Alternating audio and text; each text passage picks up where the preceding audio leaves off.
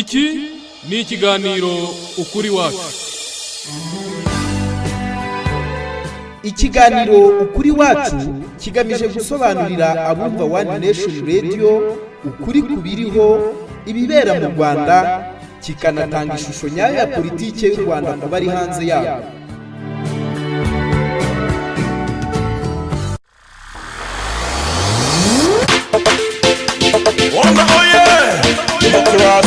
Maendeleo na umoja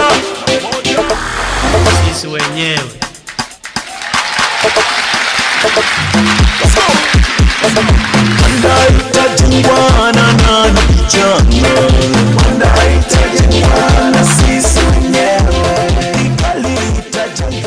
Mwiriweho neza nshuti bakunzi ba One Nation Radio, ijwi rya diaspora nyarwanda. Mutwumva muciye kuri wa1nationradio.org, mukadukurikira kandi muciye ku rubuga rwa YouTube aho tugaragara ku izina rya One Nation Radio. Mudukurikira kandi muciye ku mbuga nkoranyambaga zacu zitandukanye aho tugaragara kuri Twitter One Nation Radio, kuri Facebook One Nation Radio ndetse no kuri Instagram One Nation Radio Official. Njye nitwa Simeon Muhumuza. Turi ku munsi wo kuwa gatandatu ku itariki enye Nyakanga umwaka w'ibihumbi 2020. Ni umunsi nk'u Rwanda twizihizaho kwibohora.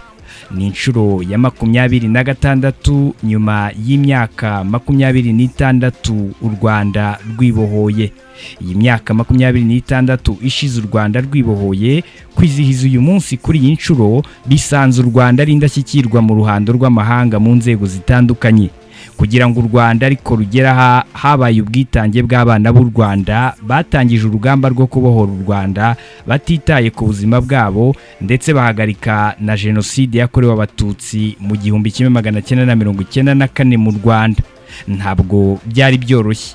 Mu kiganiro ukuri wacu cya none turagaruka kuri uru rugendo, ndetse tunarebere hamwe ingorane zari muri urwo rugendo n'ubwitange bwaranze inkotanyi muri icyo gihe.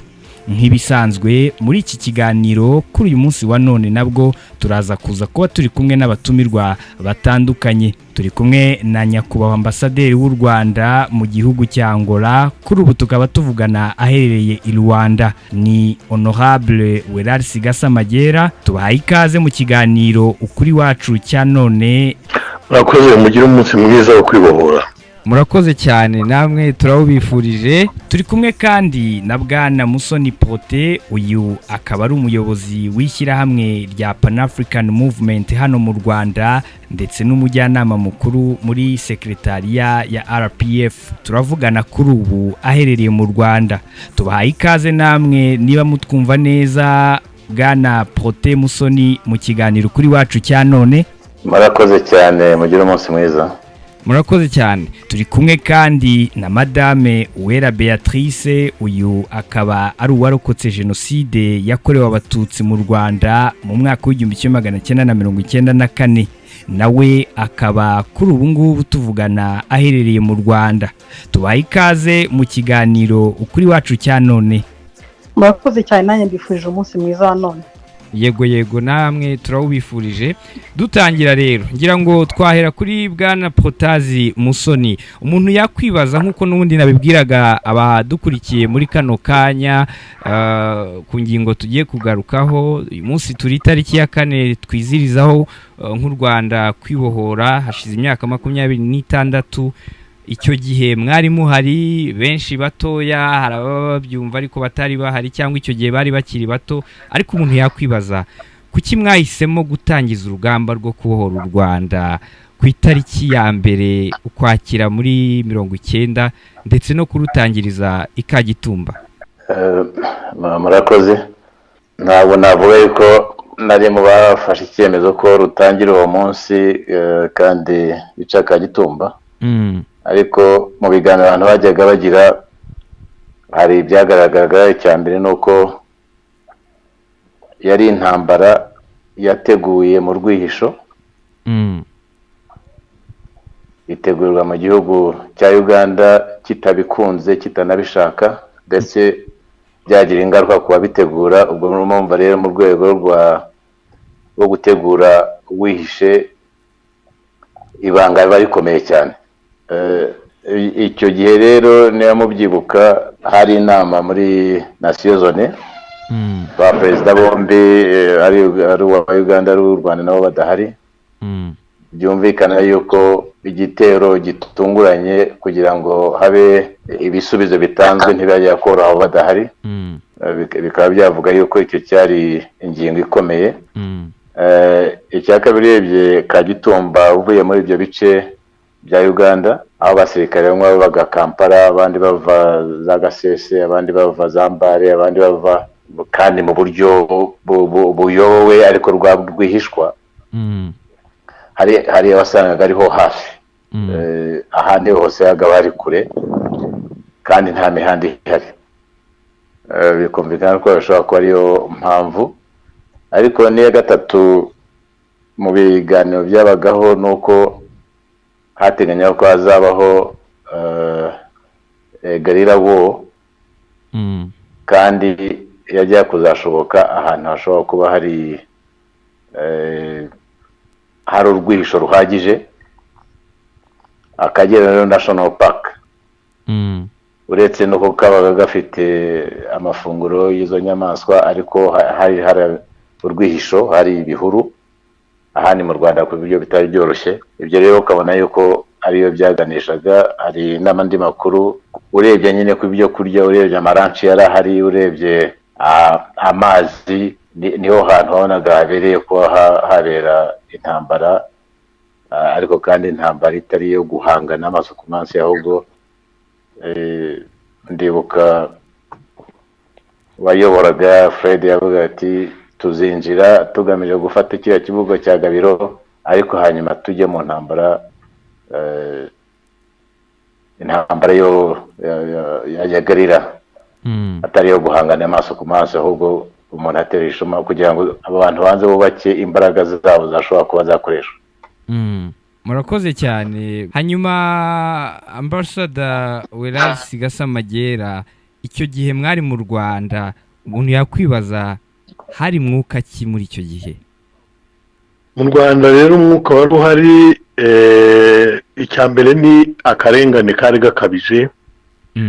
Akarengane kagaragariraga cyane cyane mu mashuri, akarengane kagaragariraga mu kutagira imirimo, mu kutabona abantu benshi, abatutsi benshi bari aho ngaho ubona badafite icyizere cy'ejo hazaza, ariko banakurikiriraga bugufi ibyaberaga hanze, bakurikiriraga bugufi amakuru yavaga mu bihugu bidukikije. Hari abanyarwanda benshi b'impunzi kandi twumvaga neza ko bafite inkubiri yo gushaka gutaha. Iby'ibiganiro byo ntabwo twabikurikiranaga bihagije ariko twarabyumvaga bareba kuri icyo gihe. Byatumaga rero abantu bavuga bati waduha ngo hagire ikiba natwe tujyemo. Ibi rero nibyo byatumye no mu gihe inkotanyi zateraga kuri iriya tariki ya mbere y'Ukwakira, mu minsi mikeya nk'ibiri itatu ikurikiraho, ubutegetsi bw'icyo gihe bwiraye mu batutsi cyane cyane n'abandi babonwagamo kutavuga imvugo imwe niyo bari bashyize imbere. Babiraramo barabafunga. Nibyo bitaga ibyitso icyo gihe.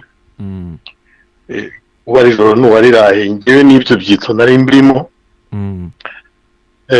Bivuga rero ngo iyo nkubiri yari iturutse hanze, abanyarwanda b'imbere mu gihugu bari barakandamijwe, bayikurikiriraga bugufi ariko mu buryo butagaragara birumvikana. Urumva ko n'abateguraga ubwabo babiteguraga mu rwihisho, ariko amakuru yatugeragaho yatumaga abantu bakurikira bakumva ko hari ikintu kigiye gukorwa kigamije kurenganura abantu, kigamije kugarura uburenganzira ku bantu, ku banyarwanda bose, cyane cyane abari barabubuze icyo gihe. Ariko n'abandi babaga bari aho ngaho wabonaga ko mu gihugu hari umwuka rwose utameze neza. Bityo rero muri bafunga abantu bageze ku 8,000 birenga byafunzwe icyo gihe. Bafunzwe mu buryo bubi, bafungiwe mu mastade, babura ibyo kurya, bitwa n'inzara, abandi bicwa urubozo. Bituma rero abantu mu Rwanda barakomeje kwitabira noneho wa mwuka na cya gitekerezo cyo kubohora u Rwanda, cyane cyane abo ngabo bari bakandamijwe, ariko bikumvikana ko n'abandi bari ku nkeke kuko babonaga ko mu Rwanda ibintu bitari bimeze neza. ngira ngo mvuze muri rusange nuko byari bimeze. Uwo mwuka wari uturutse hanze, abantu bakeya wenda bashoboraga kuba babikurikira, barabyumvaga, ariko n'abandi bakabibona ku buryo mu gihugu ntabwo hari haterereye, ntabwo hari umwuka mwiza ngo abantu bicare bumve batuje. Hanyuma rero mwumvise ko inkotanyi zateye, mwabyakiriye muti? Hari ibitekerezo bibiri. Icya mbere, abantu baravuze bati turiruhukije.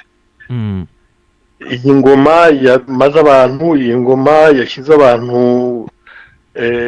ku gasozi ibica, ibabuza uburenganzira, iyi ngoma igiye kuvaho. Ikindi gitekerezo kikaba cyo kuvuga ngo noneho turashize. Ubwo rero abantu noneho b'inkotanyi ziteye, ubu bagiye kutwiraramo naho twari turashize. Ibyo ariko ugasanga biragirwa n'abantu batakurikiye neza ngo bumve amateka n'intandaro naho icyo gitero n'urwo rugamba rwaturutse. Akazi rero kari gakomeye icyo gihe, kwari kumvisha abo bantu, kwari kubumvisha yuko badafite gukangarana, ko n'ubundi naho bari bari nta mahirwe bari bafite yo kubaho. Ko rero ibyiza abantu bari gushyira hamwe, ndetse yewe icyo gihe no mu mubiri yari itangiye y'amashyaka menshi yaje mu mwaka wakurikiyeho yaje kujya ahagaragara, ndetse bikanemerwa biciye mu nzira ziruhanije cyane. Nayo yaciye ingufu ubutegetsi bwariho icyo gihe, aho ayo mashyaka yaje, nubwo atarabogamiye cyane yose, navuga kuri iyo nzira yo kwibohora mu buryo inkotanyi yabivugaga, ariko nibura yahungabanyaga, yacaga intege bwa butegetsi bwari buriho, ubutegetsi bw'igitugu bwariho icyo gihe. Urumva rero ngira ngo ni bya bindi bavuga ko ujya gutema igiti abanza kugihungabanya. Ibyo ngibyo byarahungabanyije, noneho bihura rero n'urugamba rwari ruriho rw'amasasu.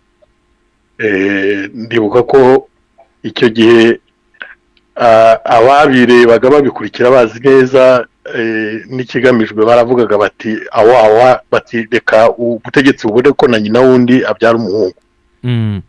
Nuko byari bimeze mu Rwanda.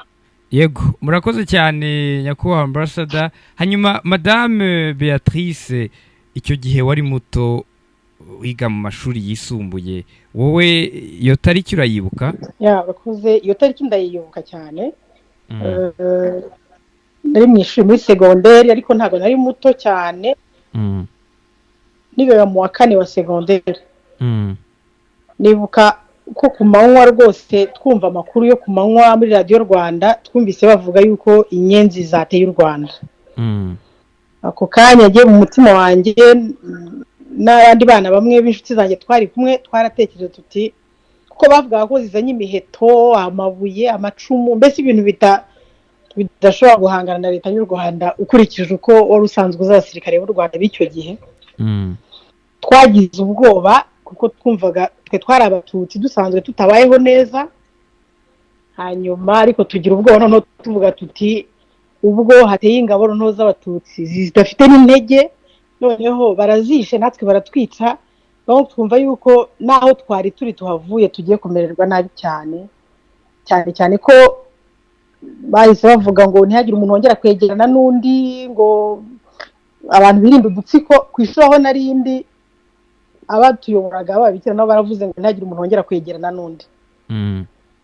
Usanzwe udafashwe neza, n'ubu ntabwo twari dufashwe neza kubera icyo kibazo cy'amoko ariko noneho habaho ikibazo cy'uko utari bunegere n'uwo mwari musanzwe muvugana kubera uwo munsi byahise biba bibi cyane batangira gusaka abantu mu madorotwari aho twararaga bakabwira abanyeshuri mu nama bati inyenzi zateye ariko hano ziturimo hari abana baje ku ishuri hano bafite konsinye y'inyenzi bafite ibyuma bafite imbunda bakadusaka bakaturaza hanze bakandika amatracte yo kuvuga ngo twice abahutu bakaza kuyadusinyisha ngo twayanditse tukanga kubyemera biza kugera mu kwezi nk'igihe abantu mbega bagendera muri vacances baratwohereza batuvana mu ishuri baratwirukana kandi icyo gihe abanyeshuri ntibatahaga habatangiye umwuka mubi cyane ubona ko no gupfa umuntu yari gupfa uretse ko umunsi utari wagize hanyuma mugiye mu rugo rero icyo gihe ubwo habaye iyo vacances cyangwa se icyo gihe cy'ibiruhuko iwanyu ho mwabyakiriye mute ubwo icyo gihe twaratashye dutaha ku buryo budataha nyine urabyumva nta modoka zari zihari ariko hari abapadiri duturanye baradufasha tubasha kugera i Kigali iwacu hari i Kigali tugeze i Kigali dusanga naho nta mahoro ahari bamwe ababyeyi bacu barabafunze abandi ababyeyi bavuye mu kazi byari ibintu byo kwirirwa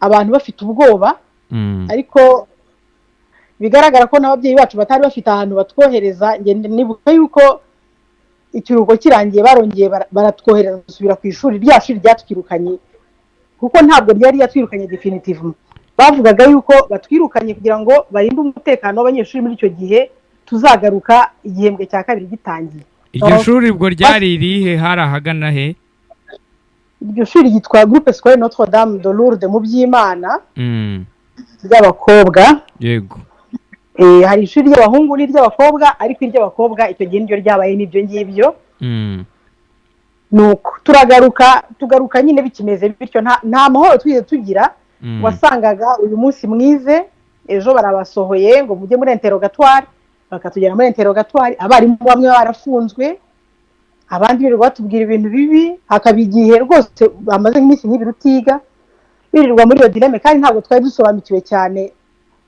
n'ibintu byerekeranye n'uko inkotanyi zirimo zikora ntitwari dusobanukiwe n'icyabaye cyane ariko twari tuzi ko ari ukurenganya abatutsi nk'uko bisanzwe murakoze cyane madame Beatrice hanyuma tugarutse kuri bwana Musoni icyo gihe nubwo mwatubwiye ko wenda mutari abasirikare ko nk'abantu bakuru bari bahari icyo gihe n'ubundi mu biganiro mukunze n'ubundi kubigarukaho by'amateka icyo gihe byigisha by'umwihariko n'ababa bakiri bato uko byari bimeze n'izihe nzitizi mwahuye nazo mu bihe bya mbere mutangira urugamba mu rwego rwa gisirikare ndetse na politiki murakoze sinari umusirikare kuko ariko nari mu buyobozi bwa RPF yego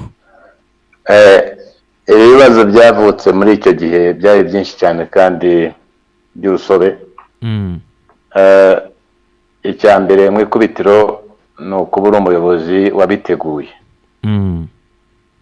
urupfu rwa General Fred Rwigema hari ibintu byinshi byateye urwo rugamba kutagenda nk'uko rwari rwateguwe by'uko nk'uko nari nababwiye rwateguwe mu rwihisho kandi ari busa nkaho ubiyoboye abandi bagenda bamenya agace yagiye abaha ndetse natwe twakoranaga nawe mu buyobozi bwa RPF ukamenya ibyo bagushinze kugira ngo ukore ariko ntumenye muri rusange byose uko biteguye birumvikane rero n'ibyakurikiyeho nyuma yaho byinshi byashigiye kuri icyo ku rupfu rwa Fred ariko ngarutse mu buryo bwa organization yego dufite igisirikare kitigeze kiba igisirikare ngo gikorere hamwe yuko bari batatanye mu mitwe y'igisirikare cya Uganda abandi bari mu mitwe y'igisirikare ya Congo abandi hari na bamwe bavuye mu Rwanda urumva rero ubundi igisirikare burya kugira ngo gikore neza nuko kiba kiziranye muri strategy kiziranye muri tactique kiziranye mu migambi na signaling n'ibintu nk'ibyo rero birumvikana ntihabonetse umwanya uhagije wo kugira ngo babe igisirikare kimwe gifite gahunda imwe. Ahenshi tukunze kuvuga ngo bafite NRA ariko bataraba RPA. RPA urabona ko rwose yabaye n'intereki ya mbere bambutse Kagitumba, akabagabamo za batayo, ariko ubu numva n'abasirikare uhuza bataziranye umunsi umwe bagiye no kurwana. Ibyo rero kikaba cyarabaye ikibazo. Ikindi kibazo cyatuvukiyeho uko umuryango wa RPF Inkotanyi nuko twubakaga igisirikare dukoresheje ingabo z'ahandi mu bindi bihugu, ntabwo twari twakubatse uko wagemurira izo ngabo. Ibya logistique n'ibintu nk'ibyo ntabwo byari byubatswe. Niyo mpamvu rimwe muri strategy yo kuvuga ngo bajye ahantu bashobora kuba babona ibyo kurya bishakiye aho biri aho ngaho. Ahubwo nibagiwe no kubabwira n'indi mpamvu nkeka Kagitumba yabaye ngombwa. Yego. Fred hanini iteka yabaga afite ubwoba yuko Museveni ashobora kuzafatanya na Habyarimana kugira ngo bamutere. Agashaka ahandi yakwegeye ku mugongo muri Tanzania kugira ngo batazamugambaniraho aho yatorotse n'aho yateye. Burumva byari ibibazo. Urupfu rwe rero ruza noneho na komande ko idashobora kuba yakora nk'ikwiriye. Ariko n'ikindi mu miyoborere ya RPF harimo abasivili nkatwe, harimo abasirikare muri executive committee. Chairman yari Fred, ushinzwe operations na training ari Peter Bayingana, ushinzwe by'umutekano ari His Excellency Paul Kagame. So Paul Kagame ntahari, Fred arapfuye. No kuvuga noneho imikorere ya executive committee nayo ibigizemo akabazo, ndetse naho Bayingana nanone n'abapfiriye biba bisa nkaho, kandi ubundi abasirikare tubazi n'ibindi ariko tutazi uko bubatse mu mikorere yabo n'ukuntu byagenda. Ngira ngo wenda mukira aho ngaho nkuko n'ubundi muri kubidusobanurira.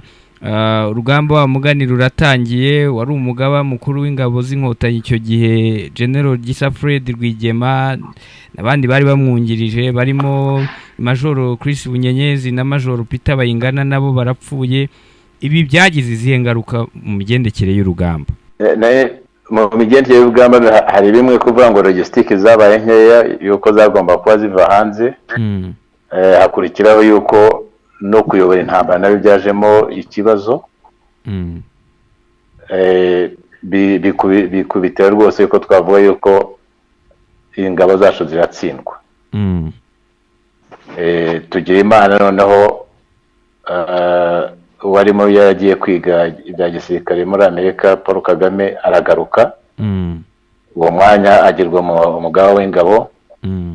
Noneho ashobora guhuza executive committee na high command, dutangira gukorera hamwe kugira ngo dusubize ibibazo byari bihari. Kimwe cya mbere cyari kuvuga ngo guhindura imirwanire, ariko no guhindura uko abantu bazavurwa n'ukuntu bazagaburirwa n'ibintu nk'ibyo, bisubiza ibintu mu buryo. Ikindi kibazo cyabayeho abantu bashobora kuba batazi ni mu rwego rwa demokarasi, rwa diplomasi. Yego.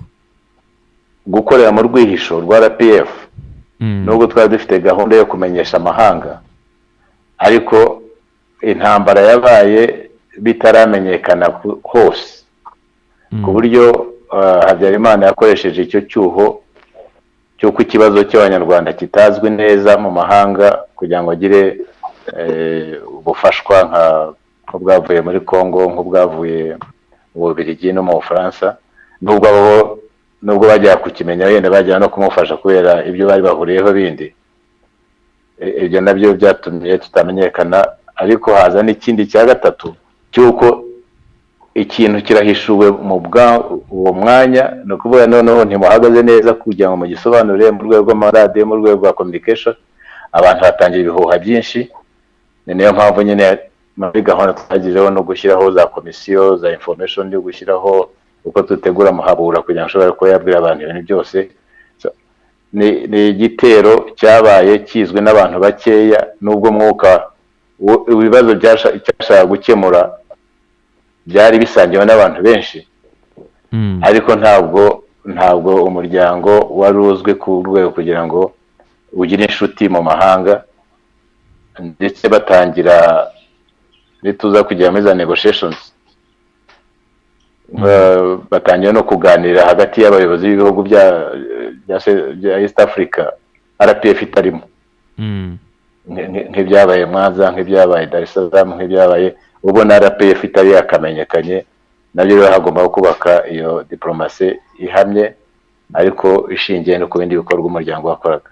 Yego, murakoze cyane Bwana Musoni. Hanyuma tugarutse kuri honorable ambassadeur Welarisi, icyo gihe nk'uko Bwana Musoni yabitubwiraga, mu Rwanda ibintu byari bimeze bite cyane cyane ku mibereho n'imibanire y'Abanyarwanda? Murakoze. Mu Rwanda imibanire n'imibereho yari imeze nabi. Yari imeze nabi, abantu, imbaga y'abantu yari yagiye yafunzwe, abandi barishwe, imidugararo, za bariyeri hirya no hino, ndetse n'abo bafashaga ingabo z'u Rwanda, ari abo bakongomani, ari abaturuka mu Bufaransa no mu Bubiligi, nabo babyivanzemo, babaga no ku mabariyeri bacunga barebaza amakarita y'indangamuntu ngo bamenye umuntu bwoko ki, ni bwoko ki, ni umuhutu ni umututsi. Ibyo rero imidugararo yari mu gihugu ntabwo yatumaga abantu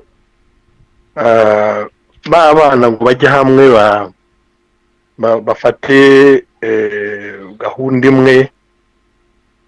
Abantu bari baciyemo ibice. Abantu bari baciyemo ibice ni nabyo byatumye muri 1991 kubera n'iyo presiyo yari itangiye kubaho kuri system, kuri leta ya Habyarimana, haremewe amashyaka menshi. Muri ayo mashyaka rero yaje ku isonga yari amashyaka navuga ko yahuje abantu bari bababaye mu buryo butandukanye. ngira ngo amashyaka ajya gutangira higeze kuba ikintu cy'itangazo cyanditswe n'abantu 33 b'abanyabwenge, niko twabitaga icyo gihe, berekana uko situasiyo imeze kandi basaba ubwisanzure kurushaho mu mitekerereze no mu bya politike. Byaje rero nyuma kuvamo amashyaka PSD, PL, n'andi mashyaka mato yagiye aza, PDC n'ayandi. Avuga kuvuga amatoya ntabwo ari mato mu bitekerezo, ahubwo nuko yabaga afite abayoboke bakeya ugereranyije n'ayo ngayo manini mvuze. Atangira rero kuba inkubiri ya politike n'ibitekerezo binyuranye, ndetse bibamo no guhangana, aho urubyiruko rwajemo rwanagize n'uruhare rukomeye cyane. Hari interahamwe ku ruhande rumwe n'impuzamugambi, ku rundi ruhande hari abajideri, hari jeunesse ya PSD, hari mbese urubyiruko rubijyamo, abantu baratangira basa naho basubiranye, ariko bireba ugasanga nta coordination as such yari irimo, nta cyabihuzaga kigaragara. Ukuyeho ko wacamo umurongo ukavuga ngo abari babogamiye ku ruhande rwa leta y'icyo gihe n'abari babogamiye noneho ku ruhande rurwanya iyo leta. Urwo ruhande rurwanya iyo leta urumva harimo inkotanyi, FPR yari imaze no kugira uko ihagarara ku rugamba, biriya Honorable Musoni yavugaga y'ukuntu urugamba rwari rumaze noneho gushikama rwose rugaragara, ndetse n'ukuntu bari batangiye no kwimenyekanisha hanze byaje no kuvamo ziriya negotiations kuriya kuganira nubwo bigitangira RPF yari itari yashyizwemo ariko nyuma biba ngombwa kuko niyo yagaragaraga ko ifite uko ihagaze n'ikiharanira n'intego ifite. Ibyo rero navuga ko ukuyeho ayo mashyaka atandukanye yari afite uburyo agenda akora kandi n'intego zirwanya cyane cyane akarengane kariho, ukuyeho ayari abogamiye ku butegetsi, byanatumye RPF imenyekana kurushaho no mu gihugu. Yego. Ariko bigakorwa mu buryo bwarimo ibanga rikomeye. Bigakorwa mu buryo harimo ibanga rikomeye, hari uburyo hari structure uko yari iteye, hari ngiye kuvuga ngo amatsinda y'abantu hirya no hino bagendaga baganira bakarushaho kumva RPF icyo ari cyo, bakanarushaho noneho kuyumvisha n'abandi. Icyo gihe isura n'imigambi n'icyo umuryango PER wari ugamije byaramenyekanye. Abantu muri ubwo buryo bugiye buca hirya no hino butigaragaza bagenda babimenya, babihugurira n'abandi, bityo umuntu akaba yavuga yuko muri bya bice bibiri byari biri mu Banyarwanda, kimwe cyari kibogamiye kuri leta, ni ukuvuga ni MRND, ni CDR, n'ubundi bushaka butoya bwari buhari bwinshi, noneho n'indi block irimo ya mashyaka yandi manini yakoraga ahagaragara ku mugaragaro, ariko hakaba na FPR Inkotanyi yakoraga ibikorwa byayo mu buryo bwihishe, mu buryo butagaragara, ariko yagendaga irushaho kubona n'abayoboke, kubona n'abantu bayumva kurushaho. Impamvu ibi ngibi mbitindaho ni uko bigitangira nubwo hari abantu bake bari babizi, ariko byari bitarageraho haba structure, aho haba organisation ihagije yo kugira ngo umuryango wa FPR Inkotanyi umenyekane mu gihugu. Yego. Ubwo rero muri iyo setup yari iriho, noneho abantu bari basigaye bumva icyo baharanira icyo ari cyo. Abantu bari basigaye bumva ko barwanya akarengane, kandi muri uko kurwanya akarengane ntibiciraho, hari n'umugambi unoze n'igishakwa kigaragara, n'ikigambiriwe noneho kigaragara. Yego. Ubwo rero nuko ibyo ngibyo nibyo byagiye bijyana n'intambwe zindi zakomeje guterwa mu mishyikirano yabaga, mu byo ubutegetsi bwariho bwemeraga butabyemeye, muri bya bindi Habyarimana yavugaga ngo ni nk'igikarito kirimo imbwa yapfuye, ariyo ya masezerano yategurwaga akanasinywa ariko bikanga bikaba iby'ubusa. Urumva ko noneho umugambi wo guhindura ibyariho warushijeho kumvikana no kumenyekana. Yego. Hanyuma ngira ngo mwigeze no kutubwira aho ku bijyanye n'ibyitso, ariko tubigarutseho icyo gihe bahise bafata ibyitso n'ibindi bikorwa byibasiye abatutsi bitaga ibyitso. Wanatubwiye ko muri icyo gihe namwe mwari mu bo bitaga ibyitso. Ibi bihe iyo bigeze cyane cyane by'umwihariko nk'uyu munsi turi ku itariki twibukaho uko u Rwanda rwibohoye, mwebwe ni iki mwibuka cyane mu bihe nk'ibi ngibi? Kwibuka ibyo bihe rimwe na rimwe bijya biruhanya. Impamvu biruhanya ni iyihe? Ni ibihe koko byakoze ku mitima y'abantu benshi, ni ibihe byakoze ku myumvire y'abantu, ndetse n'ibihe muri icyo gihe abantu bari bakiri bato bagifite imbaraga zo gukora. Ni ibihe byarushijeho kubongerera determination, kubongerera n'abandi babanje bajijinganya, n'abandi bavuga bati noneho turashize, noneho babona ko nta kindi gisigaye, nutiyemeza ngo ufate umurongo wo kwirwanaho, gutanga contribution yawe ngo wibohore ubohore n'abandi, icyo gihe wari kuba uta umwanya wawe. Byagaragaye yuko hari abantu bapfunzwe muri biriya byitso atari uko bari abatutsi, ari uko bari bakunze kuvuga cyane bakumvikana nk'abantu barwanya sisitemu. Abo bantu bafunzwe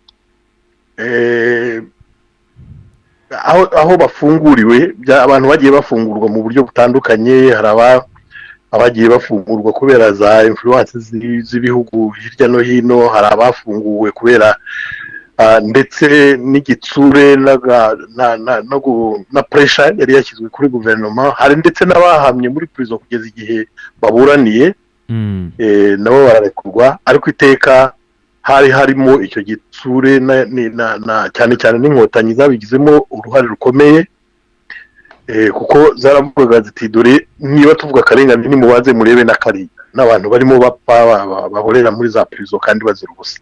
Yego, icyo rero nashaka kuvuga cy'abantu bavuye muri prison noneho bagahindura, ni strategy ya Habyarimana ikomeye kandi yamugiriye akamaro, ko yafashe bamwe muri abo ngabo ndetse n'abari bari mu mashyaka amurwanya,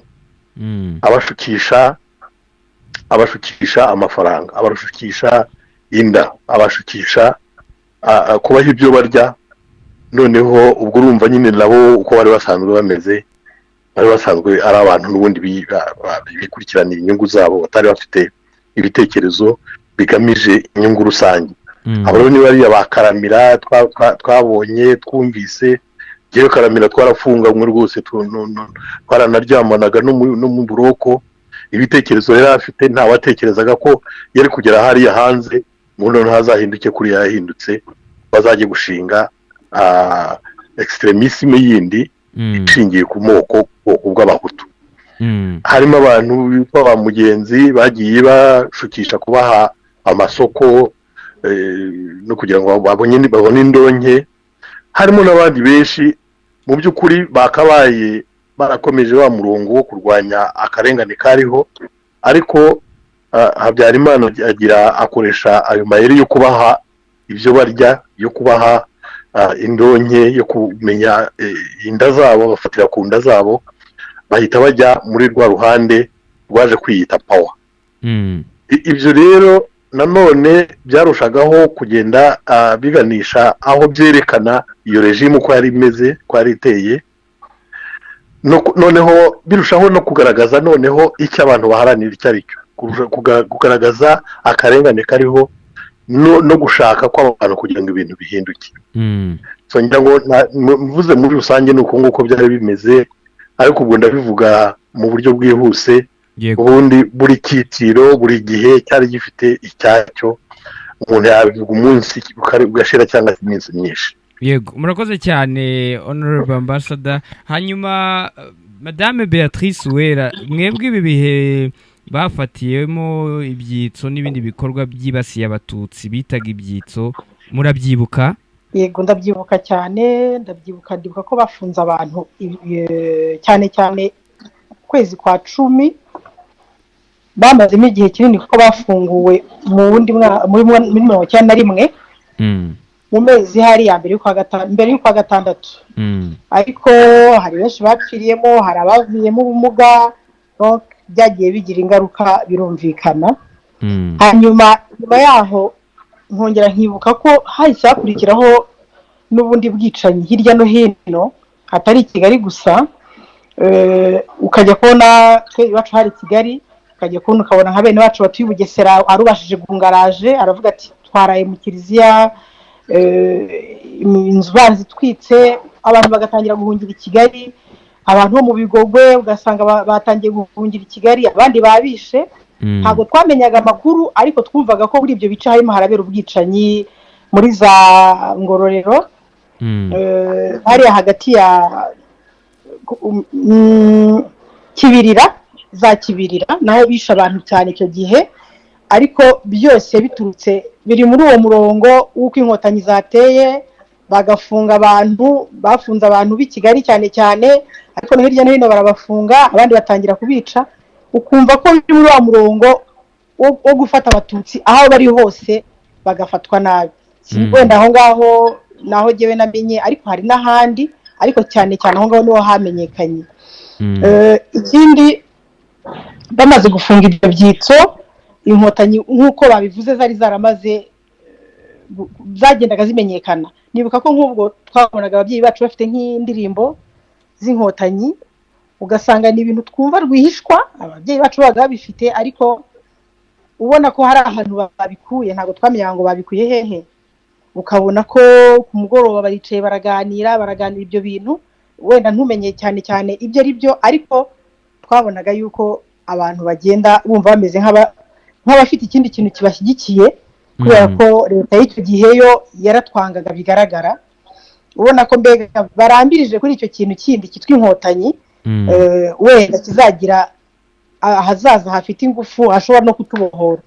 Nuko nguko genda bibonaga icyo gihe. Murakoze cyane. Hanyuma Bwana Musoni, muri icyo gihe hagiye haba n'imishyikirano yo guhagarika intambara hagati ya RPF na leta ya Kigali. Ese mwabonaga koko abo muganiriza cyangwa abo muganira bafite ubushake bwo gukemura ibibazo mu mahoro? Urakoze, ibyo rwose ubona ko batari babyitayeho. Ngarutse inyuma ho gato, uru rugamba rwo guhora igihugu cyacu ni urugamba politike. Na mbere abantu batekereza bakabishyira mu ngamba. Icya mbere ni ukugira ngo abanyarwanda bakangukire ububasha bafite bwo guhindura ibibazo baterwa n'ubutegetsi bubi. Iya kabiri ni ukugira ngo amahanga bimenye neza ko hari ibibazo mu Rwanda badufashe kubikemura.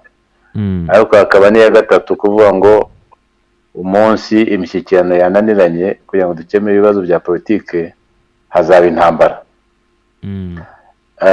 Filosofi y'ibyo ni uko bizwi iyo hari umuntu ufite ingufu za gisirikare ntabwo akunze kumva ko ukuri ntabwo akumva yuko baba bafite izo ngufu. yari dikirete ntabwo abyumva. ni nayo mpamvu burya bari baranze ko habaho n'andi mapariti mu gihugu kugeza igihe ingufu za RPF zifunguriye iyo space bigashoboka.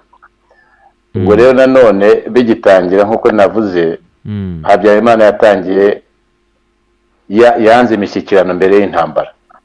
Ari Museveni, ari bamwe n'abandi bagiye bamubwira atari ko wakemura ikiriya kibazo cy'impunzi akabyanga. Ni naho Nyangwe yigeze kuvuga ati ikirahure cyuruzuye amazi. Ibyo rero bikerekana ko nta kundi amatwi azagomba gusiburwa n'uko imbaraga ze za gisirikare zigabanutse. Bitangiye rero nanone yatangiye avuga ati ntabwo ari abanyarwanda, ni Uganda niyo yanteye. Urebye ziriya za Mwanza, za Dar es Salaam, za Badorite n'izindi zose niho yari yitsitse. Ariko aho igitero cya Ruhengeri kuri 23 z'ukwa mbere kibereye, aho hatangiye no kumvikana amajwi azwi mu Rwanda, nk'uko nari nababwiye hari abasirikare baravuye mu Rwanda baraza bajoininga abacu, ariko na nyuma yaho n'abandi bakomeje baza.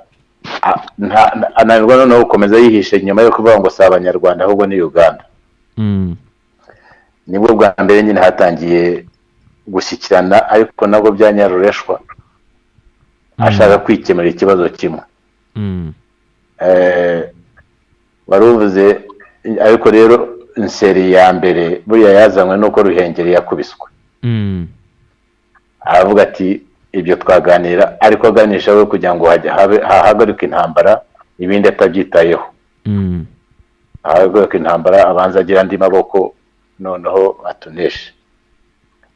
Ariko natwe twaba tuti niba ariko ateye natwe reka nibura tugire icyiza cyava muri imishyikirano. Niyo mpamvu gufunguza ibyitso byabaye ingingo ikomeye cyane yabaye isibaniro, kugeza igihe n'abayobozi bo muri regiyo babitegetse bati ni ngombwa, bafungiye abantu gusa bagomba gufungurwa. Ibyo rero muhumuza buriya byaduhaye, hari ubwo kiba ari kibi. Ibyitso buriya byatumye RPF imenyekana kurusha ibintu byose. Yego. Kubera hari ba mambe ba RPF, hari n'abandi benshi bari bafunze bazize inkotanyi batayizi batazimenya, ariko bose bavuyemo bazimenye kandi biyemeje ko nta kundi bagiye kujya kuri urwo rugamba nabwo. Icyo ni icya mbere, yuko rwose yari yavuniye amatwi ibiti mu matwi adashaka kumva. Na nyuma ya se rero ibyari byemejwe arabihakana, kugeza igihe habera ikindi gitero cyamujegeje kiriya cya Byumba muri 1992. Aho nibwo yavuze ceasefire, tutari ko ceasefire n'ubundi twarayigize, ahubwo nuko dushaka kugira ngo tujye mu mishyikirano kandi ifatika. Uko byagiye simbigarukamo cyane, igihe ni gitoya, ariko byose ugasanga RPF niyo itegura ishakisha ibyiza by'igihugu, bo gusa ari ukwanga. Ari ukwanga, cyo kwa nabyo biduha amahirwe yuko indi mitwe ya politiki itangira kuhumuka, itangiye kubona ukuri ko abashaka ineza y'igihugu n'abashaka gusa urwangano rukomeza. Nabyo biza guhagarara, n'ubwicanyi bwavuzwe burakomeza. Uwera yabivuzeho muri Kibirira, muri Bugesera, kandi muri Nseri twavuze ngo ntibizongere kubaho. So kiriya gitero kindi icyo twita Rowiti, ukwa kabiri 2023 cyaje kikagira Shyorongi, nacyo cyarongeye kizibura ryo kuri ibiti mu matwi, noneho haba amasezerano asesuye.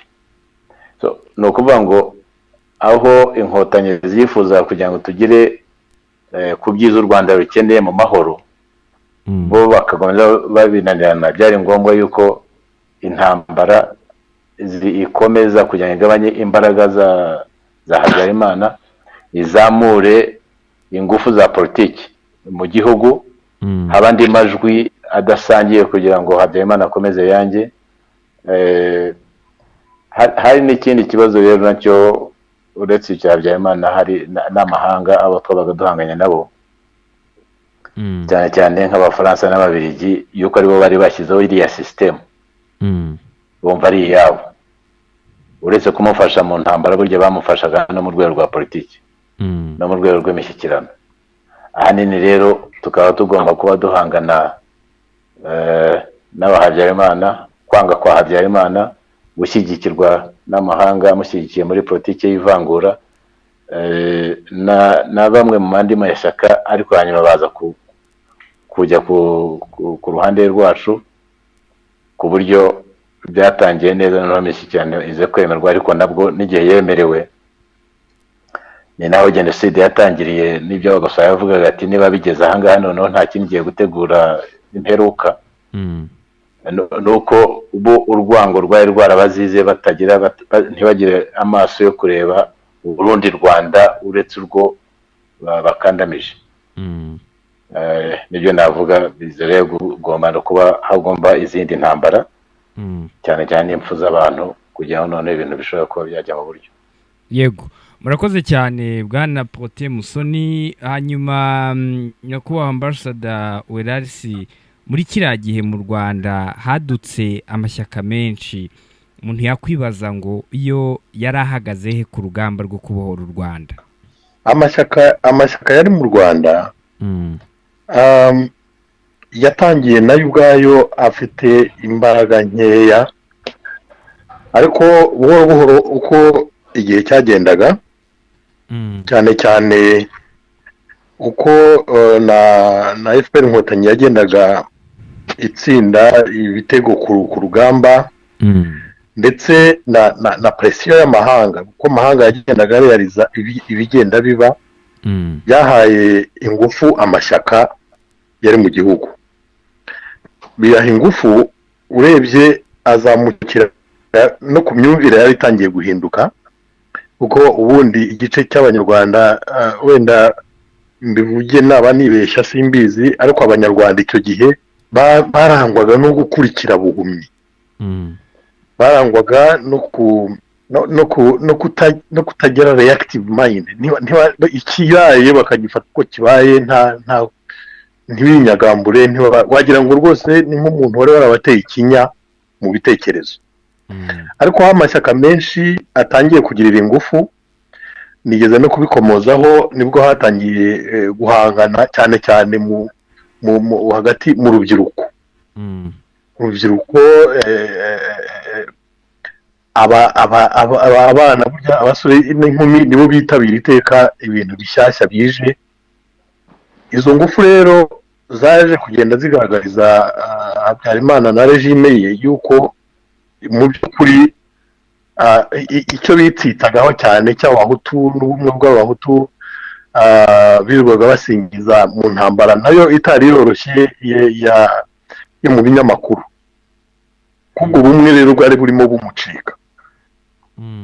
Ndetse ni naho yageze nyuma y'aya amasezerano ajya kurangira, amaze gusinya ariya amasezerano asesuye, hatangiye kuza igitekerezo cyo kugira ndetse na leta ihuriwemo na FPR Inkotanyi n'ayo mashyaka yandi n'ayo merende birumvikana. Niho bageze aho Habyarimana akishaho n'amashyaka navuga y'urwiyerurutse no kugira ngo yongere umubare w'abashobora kuba mu ruhande rwe mu gihe cy'igabana ry'ubutegetsi. Ariko ntabwo yashyizeho umurongo wa extremisme, haza ririya shyaka rya CDR ryaharaniraga gusa inyungu z'abahutu. Iryo shyaka ryaje kugira ngo ryongere rikangure, dore ko bagiraga n'ikinyamakuru cyaho cyitwaga Kangura, ryongere rikangura abahutu noneho bamenye inyungu zabaho ziri, bave mu rwenya rw'amashyaka menshi, bave mu bitekerezo byinshi mu bitekerezo binyuranye bishaka guhindura, bamenye ko umwanzi ari umwe, ari umututsi, kandi ko abahutu bafite inyungu zabo bagomba kurengera bishyize hamwe. Guba ni ideoloji yari yiyongereye ku byari bisanzwe kuri kwa guhakana no gutsimbarara, kwanga kugabana, kwanga kumva abirenganuza. Noneho haje na radicalisme no gushaka guheza inguni. Urumva rero ni nka kwa kundi umuntu abona ibyo byamurangiriyeho akavuga ati reka nkoresha inzira zose ni nziza kuri jyewe.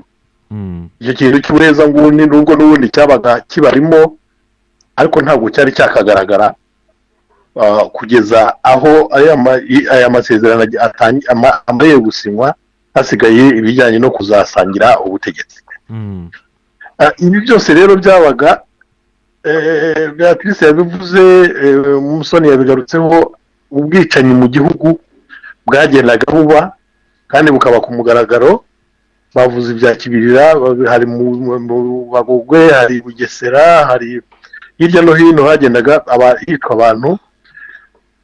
Ababireba ngira ngo ni kubireba umuntu asubiye inyuma, ubona neza ko bari nko kugerageza batereka dukore twice noneho turebe inkurikizi. Ngiye rwose urugero nabari ubwicanyi bw'Ibugesera, aho twigeze kujya mu rubanza rwaburanwa bareze interahamwe zagiye kwica Bugesera. Uwaziburaniraga ati interahamwe zagiye zitemberera zigeze Bugesera barazishotora, n'ubundi ubushotoranyi bw'abatutsi murabuzi, noneho birwanaho. Urukiko rufata icyemezo y'uko ibyo avoka yavuze ari byo bishingirwaho, ko abantu birwanyeho, ko nta makosa bakoze. Twari gushakisha iteka inzira z'uko ibikozwe, ubugome bubaye, ubwicanyi bubaye butazahanwa. Icyo kintu rero nanone cyo kwimakaza kudahana, ubwo urumva hari extremism irimo, hari ugeragezwa ry'ubwicanyi, hari ukudahana, byari mu murongo ugaragara wa jenoside uko yagendaga itegurwa. Mu gihe rero ibi byose byabaga, aya mashyaka yiyongeraga imbaraga, ndetse ari naho bageraga bateka dutitize kinani muri za meeting zabagaho icyo gihe. Ureba ko ugasanga nta bantu bafite imbaraga kandi bashobora guhungabanya imigambi z'ubutegetsi bwariho icyo gihe, bushaka kwikurira, bushaka no guheza inguni muri ideology yabo. Ni ukuvuga rero ibi byose muri ubwo bwicanyi bwagendaga buba, niko byarushagaho gutuma igikorwa cy'inkotanyi cyumvikana, kandi ndetse n'abantu benshi mu gihugu barushaho kumva bari ku ruhande rwazo, kabone yewe n'abari mu mashyaka yandi wenda afite iyindi migambi, ariko bakareba bagasanga mu by'ukuri cy'inkotanyi zishyira imbere aricyo kigaragara, aricyo gifite igisobanuro ku mihindukire y'ubutegetsi, ushaka guhindura ubutegetsi bwariho icyo gihe. Yego, ngira ngo nanone muri rusange, umuntu yavuze muri rusange ni uko nguko mu gihugu byari bimeze. Yego, murakoze cyane Honorable Ambassador. Hanyuma Bwana Protais Musoni, ubwicanyi bw'abatutsi nk'uko Honorable Ambassador Welalisi yabitubwiraga bwarakomeje hagati aho, ndetse byanatumye inkotanyi zigaba ibitero zigarukira hafi y'umurwa mukuru mu mwaka w'1993. Nyuma zaje gusubira inyuma. Ibi byatewe n'iki? ni igitero cyari gifite intego ya mbere no kugira ngo ubwicanyi babaga mu gihugu buhagarare burundu. Icya kabiri ko bashoboye kuba bagaruka ku meza yo kugira ngo turangize amasezerano y'amahoro, ibintu bijye mu buryo nk'uko bikwiriye. Ibyo rero bibaye bigezweho, amahanga cyane cyane Abafaransa na Uganda bahagurukira kuvuga ngo nyamuneka, yuko babonaga yuko icyo gihe inkotanyi zajya gufata Kigali, bati nimuhe amahoro amahirwe. Ariko uretse n'ibyo habamo ibindi, bakavuga ati nimutabigira mutyo natwe turagira dutya, ntabwo ari byo. Ariko nanone twitsiza tukavuga ati ntabwo ari byo, dore inzira yacu ni amahoro. Ariko igihe amahoro yanzuye tujya mu ntambara. Niba yemeye kugira ngo noneho turaganira birangire neza, intambara irahagarara. Nawe aravuga ngo ariko dusubire mu birindiro byacu. Nabwo dusanga ntacyo bitwaye. Ndibuka bamwe baravuga ngo ujya gusimbuka urukiramende babanza gutera intambwe inyuma. Twasubira inyuma, ariko aho twafashe nabo ntibahasubire. Yego, ubwo noneho bizanye indi miyoborere y'igihugu, icyo twitaga igihugu cya kabiri, u Rwanda rwa kabiri. Kuvuga ngo birahindutse. Na bimwe mu mitwe yacu, nubwo bitari mu gutekereza muri icyo gihe cyo kuba igitero, ko turavuga tuti reka batahasubira yuko twarahabambuye. Icya kabiri, biraduha urubuga rwiza aho politiki ya RPF noneho yaba igiye mu baturage mu buryo busesuye. Mwavuga ko rero ubwo hari icyo byamariye urugamba cyane, runini cyane. Yuko ubwo ubundi uko urugamba rwari rumeze, uretse nk'abari barasigaye za Gishambashayo, ku Murindi, za Rushashi bakeya, ntaho wabonaga tubonana n'abaturage umunsi ku munsi ngo tuganire. Ndavuga abaturage mu buryo busanzwe. Abo twari kurutingaga barazaga bakajya Karama tukabigisha bagasubirayo n'ibintu nk'ibyo. Ariko bya bindi ngo uramusanga aho atuye iwabo, mu murima iwabo, aho yenze urwagwa muraganira, ntabwo twari twakagize amahirwe. Yego. Ibyo rero byaduhaye amahirwe rwose manini cyane, yatumye duhindura na bimwe mu bitekerezo ya RPF, ariko duha ibitekerezo n'abaturage uko bigomba kugenda n'imikorere. Biduha n'ingufu z'abaturage yuko ubajije mu rugamba rwo guhagarika genocide yakorewe Abatutsi, abanyarwanda benshi barwanya urugamba bakomotse muri DMZ, muri icyo gice. Yuko ubwo bamaze guhinduka bakaba inkotanyi, bagiye mu gisirikare, abandi bakaba bakora ibya intelligence bagenda hirya no hino. abandi bagahinzira abazaga kugira ngo bijye mu kadaship bacaga aho ngaho hari amayira kandi abaturage aribo bafasha abantu bakabaraza bakabasubizayo. Didimisifayinga ni ikintu cya kibazo cyahoraga kibaho cy'abahutu n'abatutsi yuko icyo gihe urumva mbere ntibazi abantu baravuga ngo bafite amatwi atendera bafite imirizo n'abanzi bazabamara ibintu nk'ibyo, noneho bakajya bityo bakabona barabanye barabavuye amashuri yabo twigishije abana, nibwo batangiye kuvuga ngo buryo bahajyana naratubeshye. Birahinduka. So ubwo birumvikana no gusubira inyuma hari izo mpamvu twadashyizeho igitutu n'amahanga amwe yari asigiye Habyarimana, nako yo ashyigikiye Habyarimana niyo yabigiraga cyane. Ariko ikintu cya kabiri tukaba tuti natwara amahirwe twakuramo n'ubundi intego yacu ntabwo ari ukurwanira igisirikare gusa, no kurwanira ihinduka rya politike n'imiyoborere y'igihugu cyacu. Bishobotse kugeraho rero bitatwaye byinshi ntacyo bitwaye. Kandi kiriya gitero cyarabazibuye cyane nubwo kitababujije kujya mu yindi mibare yazanye jenoside. Icya gatatu icyo cyerekanye gikomeye cyane ku mitwe ya politike yari mu Rwanda, babonye ko RPF ifite ingufu. Babonye ko RPF ifite ingufu, noneho imivuno yose irahinduka. Ndetse n'abafaransa batangira kubyumva.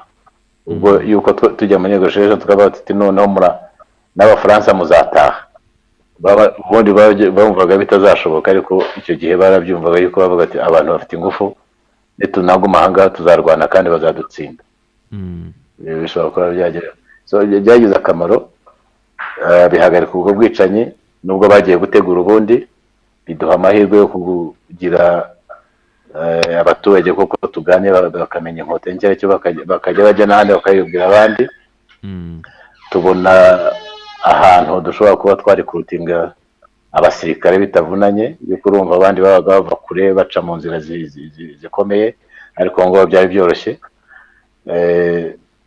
Ngira ngo bumvise noneho no gutestinga demokarasi mu Rwanda. Hariya demokarasi nubwo twaba tuti ntimuzahayobora, hazajya ubuyobozi twumvikanyeho yuko tutagomba kuyobora, na MRN itagomba kuyobora, twemeranya ko hajyamo PSD na MDR. MDR igafata igice cya ruguru, ngira abanzi niba kiyoboye hariya za Kidaho. PSD igafata Kinihira ugaruka mu Mutara, Kamanzi niba hayoboye. Ariko noneho haba amatora. N'ayo matora rwose twarabarushije cyane. So no mu gihe gitoya cya DMZ mu mezi 3-4 abantu batari bazwi n'abaturage, yego, bababwiwe nabi, ariko mu mezi 3 yonyine babonanye bakoranye babigishije babahereza serivisi. Hakaba amatora, RPF igatsinda mu maserire no mu masegiteri. Nubwo korapsiyo ya MRN na Habyarimana badutsinze kuri komine, badutsinze ijwi rimwe.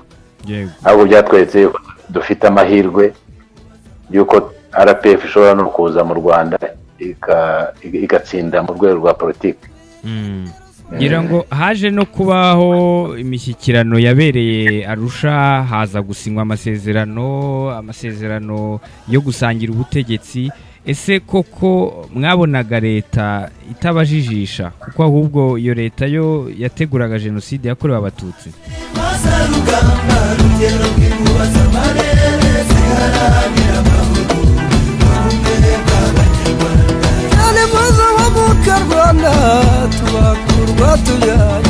amaboko y'abaruhuka ntiyazuba ku Rwanda.